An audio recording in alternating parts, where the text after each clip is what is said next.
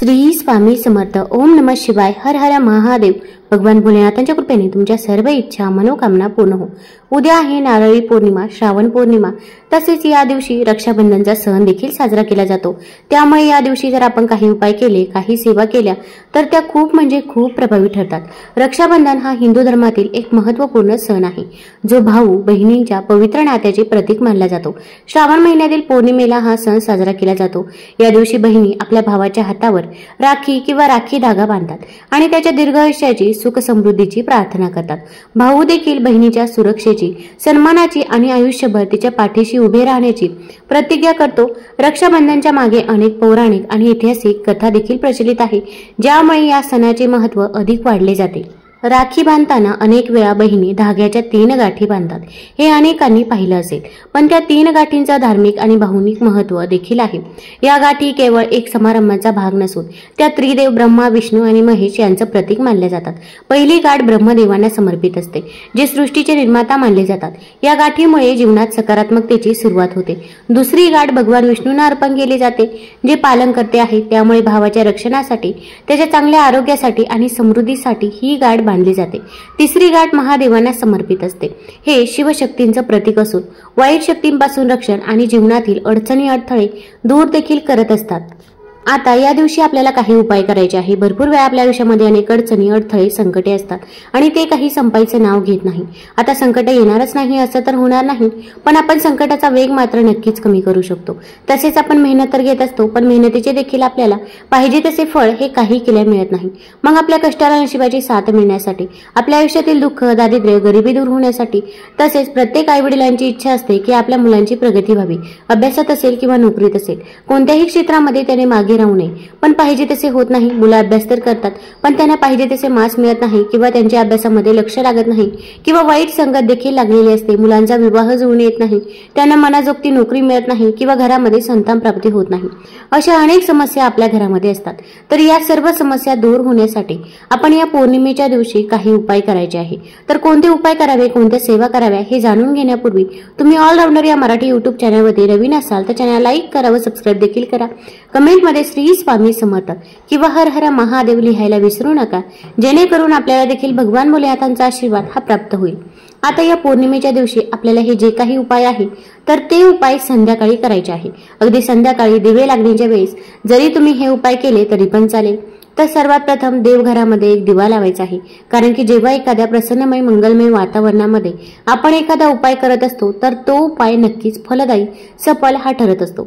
आता सर्वात पहिला उपाय करायचा आहे तर तो म्हणजे आपल्या घरामध्ये जी काही नजरबाधा झालेली आहे किंवा जी काही नकारात्मकता आपल्या घरामध्ये असेल तर ती दूर होण्यासाठी आपण हा उपाय करायचा आहे. तसेच कुणालाही न सांगता गुपचूप आपण हा उपाय करायचा आहे. भरपूर वेळा आपण जर काही उपाय केला तर त्याबद्दल आपण कुणाला तरी सांगतो, शेजारची व्यक्ती असेल किंवा नातेवाईक असेल, आणि आपण जो काही उपाय केला मग तो उपाय सफल ठरत नाही. कारण की प्रत्येक व्यक्तीला आपल्याबद्दल, आपल्या मुलांबद्दल चांगले वाटते असे नाही, तर आपल्या घरामध्ये देखील नकारात्मकता ही पसरलेली असते. कारण की आपल्या घरामध्ये कोणी ना कोणी येत असतं किंवा आपण देखील घरामध्ये वाईट बोलत असतो. त्यामुळे ही जी काही नकारात्मकता आहे, जी काही अशांतता आहे, तर ती दूर होण्यासाठी तुम्ही हा उपाय करायचा आहे. घरामध्ये आजारपण असेल तरी पण तुम्ही हा उपाय नक्कीच करू शकता. यामुळे घरामध्ये सकारात्मकता पसरेल व आपण जे काही मेहनत घेत आहोत, कष्ट करत आहोत, तर त्या कष्टाचे आपल्याला फळ मिळेल.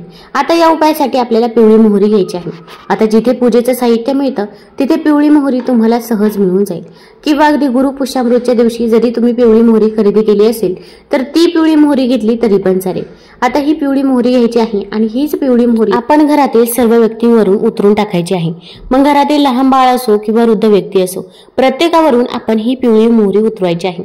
आपण पूर्वेकडे किंवा पश्चिमेकडे तोंड करून त्यांना बसवायचं आहे आणि ही पिवळी मोहरी 7 वेळा उतरवायची आहे. उतरवत असताना म्हणायचं आहे, माझ्या मुलाला, पतीला जी काही नजरबाधा झालेली असेल, इडापिडा, दुःख, दारिद्र्य, गरिबी, संकटे, अडचणी, अडथळे यांच्या मागे असतील तर ते पूर्णतः दूर होऊ दे. असे म्हणून झाल्यानंतर हीच पिवळी मोहरी घरातील सर्व व्यक्तीवरून उतरून टाकायची आहे. त्यानंतर ही पिवळी मोहरी आपण घराबाहेर ठेवायची आहे. तुम्ही एखादं कापूर जाळण्याचं भांडं घ्या, त्यामध्ये ठेवा किंवा मातीच्या पंतीमध्ये ठेवली तरी पण चालेल. त्यानंतर मुख्य दरवाजावरून देखील आपण ही पिवळी मोहरी 7 वेळा उतरवायची आहे आणि म्हणायचं आहे, माझ्या घराला जी काही नजरबाधा झाली असेल, इडापिडा, दुःख, दारिद्र्य, गरिबी माझ्या घराच्या मागे असेल तर ती पूर्णतः दूर होते. घरावरून देखील ही पिवळी मोहरी उतरवल्यानंतर आपण ही सर्व पिवळी मोहरी एकत्र करायची आहे आणि तुम्ही तिचा जाळ करू शकता। 2-3 भीमसेनी कापराच्या वड्या टाका, थोडेसे अखंड तांदूळ टाका आणि ही पिवळी मोहरी जाळून टाकायची आहे।